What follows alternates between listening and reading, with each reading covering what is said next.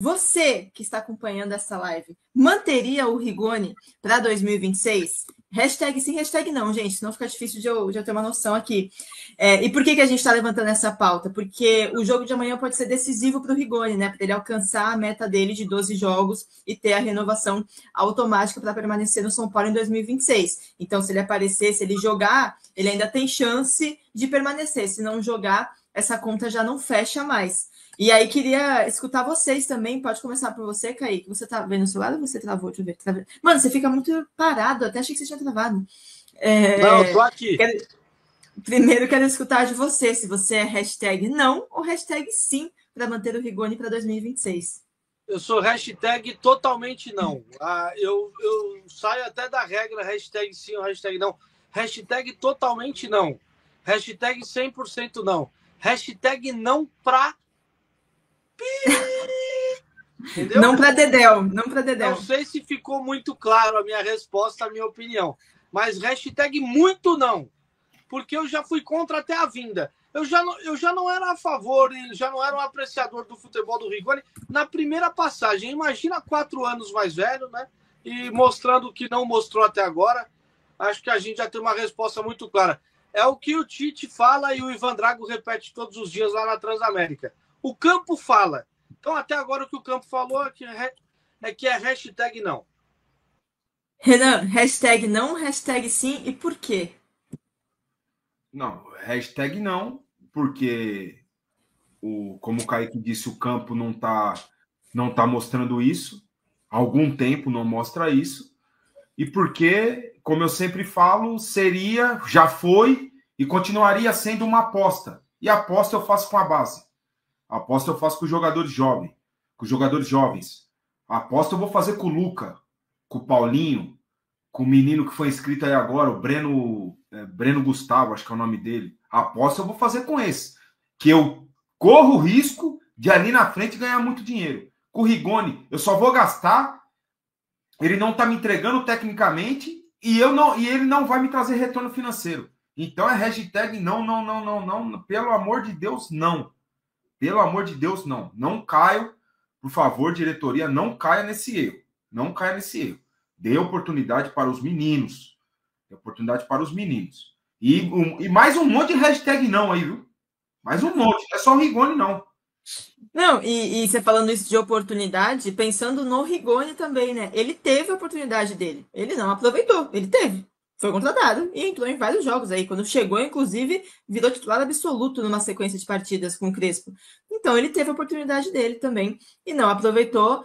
E não é um jogador que resolve nada, né? O São Paulo está precisando de jogadores que resolvam a situação do São Paulo. Então, eu também sou hashtag não para a permanência do Rigoni em 2026. Vamos observar se ele aparece amanhã na escalação ou entra no segundo tempo, né? São 45 minutos por 12 jogos, né, Kaique? Tá certo o que eu falei? Tá, né?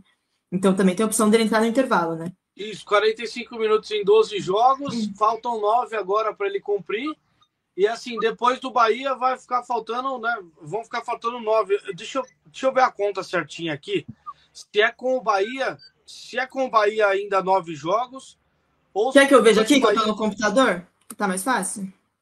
Ó, eu tô aqui com o aplicativo. Abri aqui o aplicativo, aquele. Não, é 9 com Bahia, né? É 9 Bahia, com Bahia.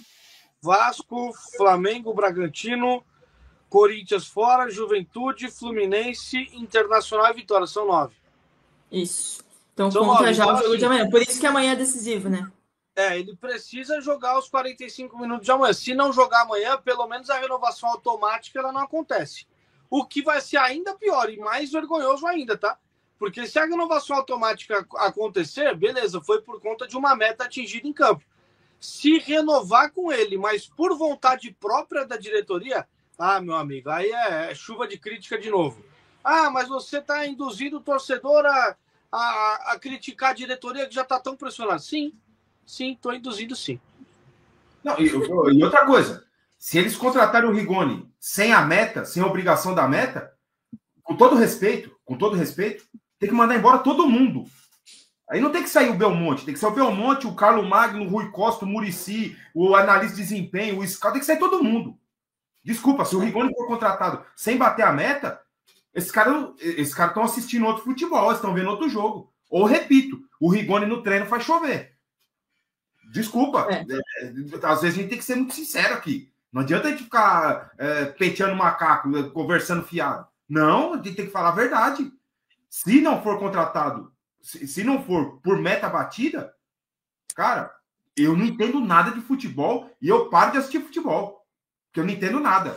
Acabou. Se o Luca não conseguir fazer o que o Rigoni tá fazendo, Luca, para de jogar também. Para de jogar, vai estudar, vai fazer outra coisa.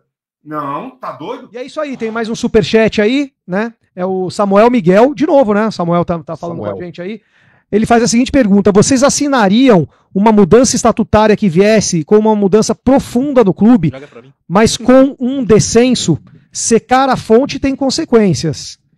Assim, sinceramente, eu já falo disso há muito tempo, sobre a mudança estatutária, a mudança de estrutura do clube do São Paulo, porque assim, vai continuar isso, independente de quem entra no social, seja independente, seja Dragões, seja os conselheiros. A questão a estrutura do São Paulo você precisa do sócio, o sócio vota para o conselheiro, esse conselheiro tem que prometer coisas para o social, então lá tem torcedores de todos os clubes. Então assim, esse tipo de estrutura, para comandar o futebol ainda depois, não funciona. O modelo social já não funciona mais para o futebol. Entrou muito dinheiro no futebol. Sim. Então, na época, Grécio, só para não te cortar, mas na época, a gente falava, há 30 anos atrás, a gente falava que o diretor roubava pão com mortadela, porque não tinha dinheiro. Sim. Então o cara roubava calção lá do vestiário, o cara pegava, não sabe, entregava para alguém, mandava alguém. Hoje em dia isso aí não cabe mais. É muito dinheiro que entra dentro do clube e se você não tiver uma organização, profissionalismo e um sistema diferente do sistema social clubístico, você não vai para frente. Sim, e essa estrutura, ela não permite instituições, empresas, grandes empresas, investidores virem de fora, porque ele não vai querer investir em alguém que tá prometendo, por exemplo, eu vou dar um exemplo mesmo do São Paulo, Carlos Belmonte hoje ele é diretor de São Paulo por conta de política. Depois que ele acabar, depois que ele sair de São Paulo, ninguém vai querer contratar o Carlos Belmonte. Ele, como diretor de futebol, ele não tem experiência nenhuma, né, na carreira para ele ser diretor de São Paulo. Então assim, é uma estrutura que não funciona. E eu até hoje falei sobre o Grupo City no Bahia, né, que o Grupo City hoje ele fez um evento para mostrar como que vai ser o novo CT, vai ter um novo local. O Grupo City, pra mim, sinceramente, eu sou a favor de ter esse tipo de empresa dentro de São Paulo, tá? Você sabe que eles fizeram oferta pro São Paulo, eles a Red Bull. Né? Sim, sim. Não foi pra frente. Sim. E eu sou a favor de ter esse tipo de empresa, Red Bull, Grupo City, mais do que Textor, nome, sabe? Eu gosto de empresa, eu gosto desse tipo de grandes estruturas. Mas, enfim, cara, muito se fala sobre Flamengo e Palmeiras, que são associações e que se arrumaram. Mas imaginem hoje, o Flamengo e o Palmeiras arrumadinho do jeito que tá, vir uma grande empresa, se tá 1 bi, vai pra 2, vai pra 3 bi, esquece. Aí é porque hoje eles estão andando de braçada contra os outros clubes, eles não vão mudar. Mas se os outros clubes começarem a criar SAF, começar a melhorar, começar a se estruturar, até o Flamengo e o Palmeiras vai ter que correr atrás. Por quê? Porque vem investimento externo, você se transformando em empresa. É tão simples que, cara, se fosse tão bom clube associativo, Inglaterra todo mundo seria associativo, Espanha todo mundo seria associativo, França todo mundo seria associativo, o Real Madrid está estudando para se abrir, o Real Madrid. No caso da Espanha, você tem uma briga aí, porque você tem um Real Madrid que vai virar SAF, com certeza,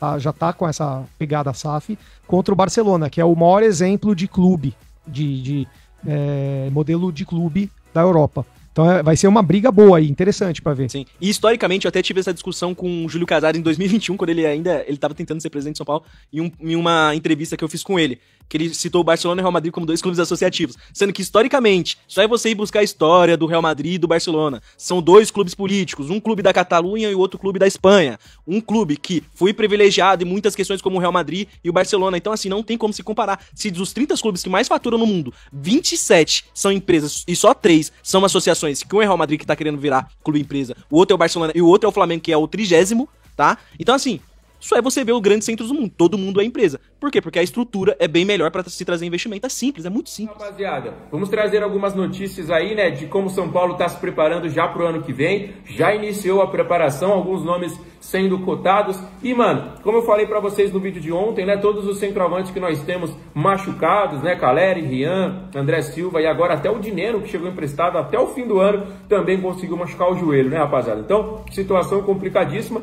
Eu sinceramente faço 2 culpas. Diretoria que não quis investir 12 milhões apenas no Marcos Leonardo, que poderia ter mudado a nossa história na Libertadores e no próprio Campeonato Brasileiro. Tá fazendo gol a rodo lá na equipe do Al Hilal. E também o departamento médico. Galera, eu acho que esse departamento médico do São Paulo precisa ser investigado. Não é possível que tudo isso aconteça só com o São Paulo. Os jogadores se machucam, aí eles vão pro DM. Ou eles pioram, ou eles voltam depois do prazo, ou eles voltam e se machucam, ou eles nunca se recuperam. É realmente uma coisa muito esquisita esse departamento médico do São Paulo. Eu acho que a rapaziada que tá lá deve ser por indicação. Não é possível que todo o departamento médico do São Paulo seja capacitado. Eu acho que deve ser indicação. É filho de alguém, é irmão de alguém, é primo de alguém, pediu indicação ali para um conhecido. Não é possível que os caras estudaram para estar ali. Os caras não conseguem recuperar um jogador, não conseguem preparar um jogador para ele entrar em campo. Horroroso esse departamento médico. Eu não tenho medo de dizer aqui que é o pior departamento médico do mundo. Não tenho medo de dizer. Tem clubes amadores aí que têm recuperações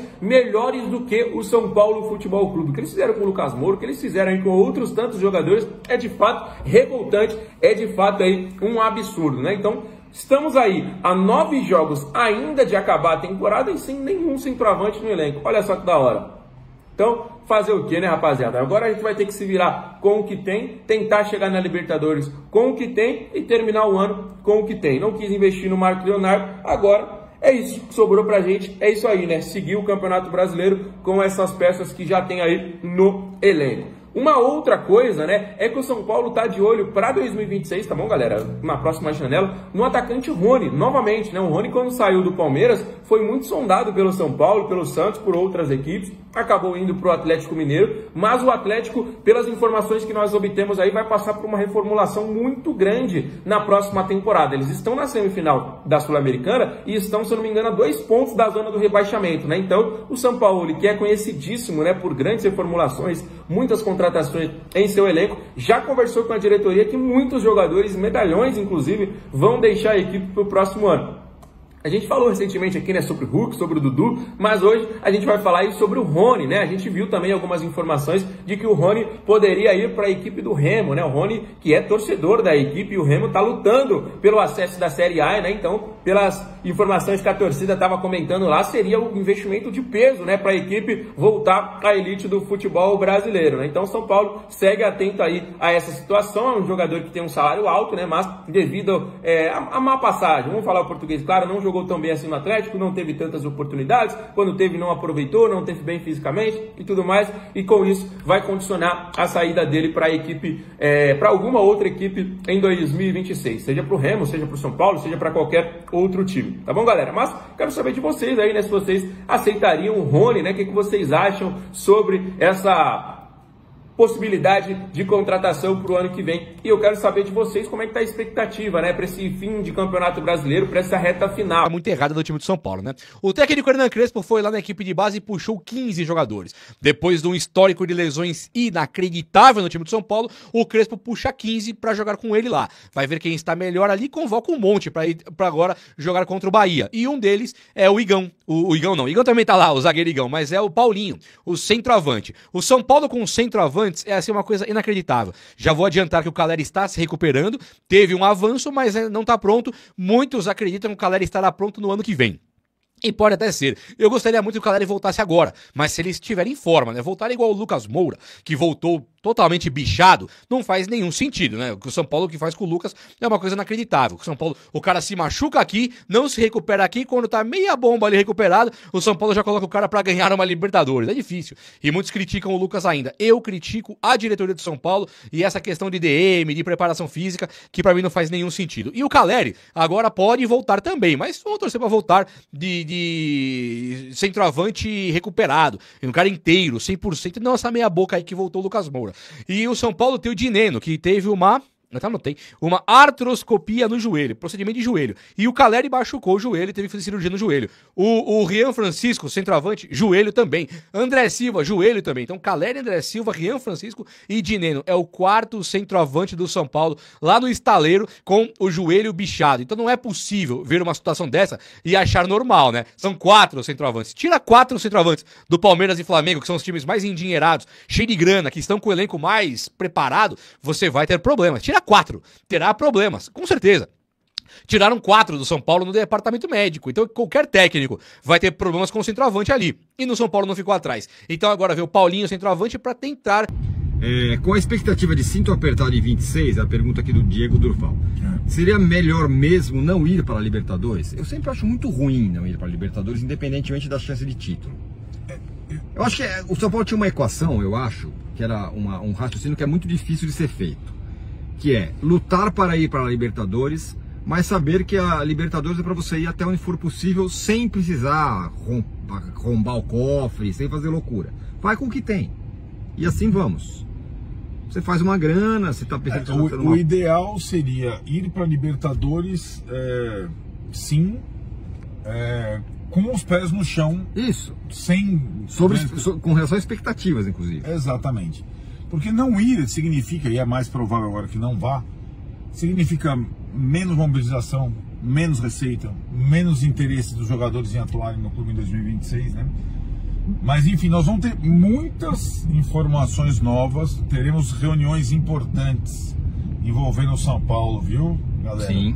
Nesse final de semana, e muitas informações novas a partir da live pós-Bahia. Estaremos no Morumbi, sim. Talvez antes. Mas na semana seguinte, sobretudo entre o jogo do Bahia e o jogo do Vasco, quando a semana vai ser, já está anunciada até pelos setoristas do São Paulo, vai ser tratada como a primeira semana da elaboração do orçamento 2026, teremos bastante novidades para vocês. Sim. O Wanderson Galo, o que vocês acham que está acontecendo com o Lucas? É muito estranho a forma que ele está jogando. Acho que ele está muito fora de forma. Acho que para esse ano ele só vai, esses últimos jogos é só para ele tentar voltar à forma. Mas uma coisa que eu acho, Arnaldo, e tô ainda maturando essa ideia, mas eu tô pensando. Eu acho que o Lucas, nesses últimos tempos de carreira, ele vai tentar fazer uma coisa que você tinha falado, que ele deveria mudar o jeito de jogar. Então ele vai jogar como atacante. E talvez como atacante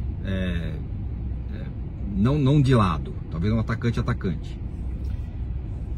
Sim, mas eu acho que o que a pergunta traz, esse estranhamento, é que ele parece estar se preservando, evitando movimentos e choques. Ah tá, isso eu não sei, não percebi.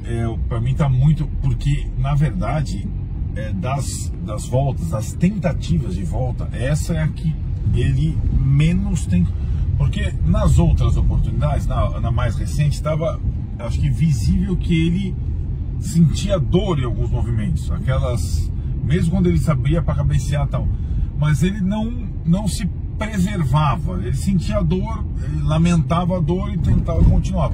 Agora, a nítida impressão que eu tenho é que ele está se preservando, talvez com medo. Com medo, pode ser. Sim. Aí o São Paulo não tem esse trabalho psicológico, é difícil, cara, nossa senhora, mas de fato ele está muito mal, muito mal. Por exemplo, ele entrou contra o Sport no Recife. Sim. Fez aquele gol de cabeça, depois o Mike empatou. Era o retorno anterior. Ele entrou com uma fome. Sim. Mudou o jogo. Verdade. Não se poupou, não teve medo. Agora dá nisso a sensação que ele tá com medo. Eu entendi. Eu não tinha pensado. Medo de nova lesão. Medo. Choque. Receio de quando você tem alguma dor e tudo mais.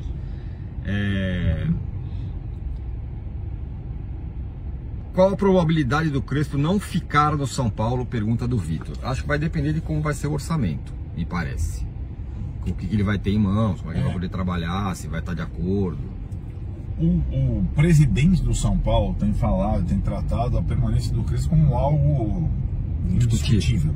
Mas eu estou com o Tironi. Eu acho que muito do que for a perspectiva do São Paulo para 2026, nessas conversas das quais o Crespo participará de elaboração do elenco, aí talvez ele mude de ideia, o São Paulo mude de ideia. Mas em princípio ele é o técnico do São Paulo para planejar, reformular e determinar um novo tipo de elenco para 2026. Com ou sem Libertadores.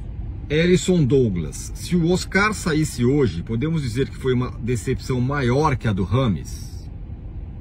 Olha, cara. Se não foi igual, se não for maior, tá igual. Igual, eu acho. Era a volta de um cara que jogou no São Paulo, voltei. Talvez a sensação fosse até. É que assim, né? Aí o Rames, depois deu pra sacar, ele muitas vezes ele tava de sacanagem. Acho que é uma diferença importante. Não acho? A dedicação à seleção colombiana, aquela coisa, a dor na semana de data FIFA. Isso a gente não pode dizer do Oscar. Até por isso que quando você fala de decepção é muito forte. No caso do Oscar é um outro tipo de sentimento. É uma decepção, claro, mas não é porque o cara tô aqui pra roubar, tô pra sacanear. Sim, não é isso, é diferente. Mas em termos de expectativa e realidade... Nossa, muito frustrante também. Muito frustrante. Na verdade, acho que essa é a diferença das palavras. No caso do Oscar é uma frustração. E não no caso do Rames é uma decepção. Tá ótimo. Como o cara se comportou no São Paulo. Sim, concordo. Marcos Silva, será que vamos cair? Qual a opinião de vocês? Abraços. Olha, só se acontecer... precisa acontecer muita coisa errada daqui pra lá. Mas assim, eu tava conversando ontem com um colega que cobre o Internacional. São situações até meio parecidas. O Inter perdeu pro Bahia, né? Então eu tava nessa... O Inter tem 3 pontos a menos que o São Paulo, com o mesmo número de jogos agora. A sensação lá do Colorado é mais ou menos essa sensação do São Paulino. Faltam poucos pontos. Mas da onde tirar esses pontos se o time não tá jogando nada? Sim. Você entende? Então, se confia mais que os outros vão perder mais. Mas ao mesmo tempo você tem que fazer alguns. Puta, tu falou da Gabriel Amarelo. Aí meu velho. Realmente. Aí nós estamos com aí fica difícil. Aí fica difícil. Eu concordo com você. Vamos lá. Visto que não confiamos mais em Belmonte, Casares e companhia, dá para confiar em Carlo Magno? Pergunta aqui o Vinícius Caldonazo. Olha, a gente foi os primeiros caras que conversou com o Carlo Magno, né? Não dá para separar uma coisa da outra, né? O Carlo Magno é um homem de confiança do Casares. Ele é uma dos cabeças da gestão Casares, né? Então acho que não dá para tirá-lo do contexto. Mas, enfim, é uma nova tentativa de composição de governo, né? Olha isso, cara. Nossa. O Jerônimo fala, acham que seria melhor manter o Crespo e reformar o elenco para 2026 ou trocar o treinador? Cara, eu sou frontalmente contra a troca de treinador, ainda mais nesse período de dificuldade. O cara acabou de chegar, não formou o elenco, não fez pré-temporada. Acho muito. Além de você ter que pagar, né, pro cara, indenização e tal. Eu tenho que manter o Crespo, na minha visão. Marcos, por onde anda o Muricy Ramalho? Falar parte das reuniões de planejamento para 2026 e tudo mais. Pisca. Pisca. Sem fim. O que mais? Se vocês for... Thiago Koguchi, isso aqui é pro Arnaldo. Se vocês fossem da comissão de arbitragem e tivessem plenos poderes, quais mudanças fariam?